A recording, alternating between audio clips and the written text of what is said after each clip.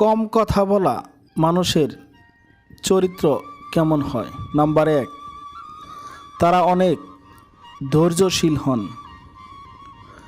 তারা অন্যের কথা মন দিয়ে শোনেন এবং ভেবে চিন্তে উত্তর দেন।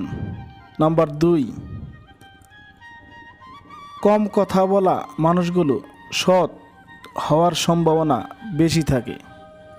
এরা খুব একটা অন্যকে বিরক্ত করেন না বা কষ্ট দেন না।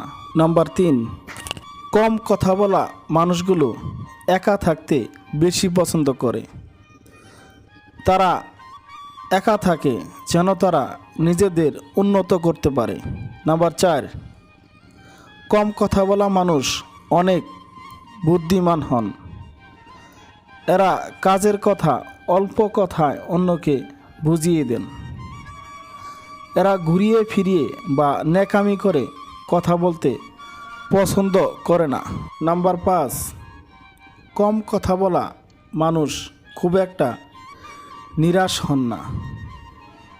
তারা যে কোনো কাজকে মাঝপথে ছেড়ে চলে যান না।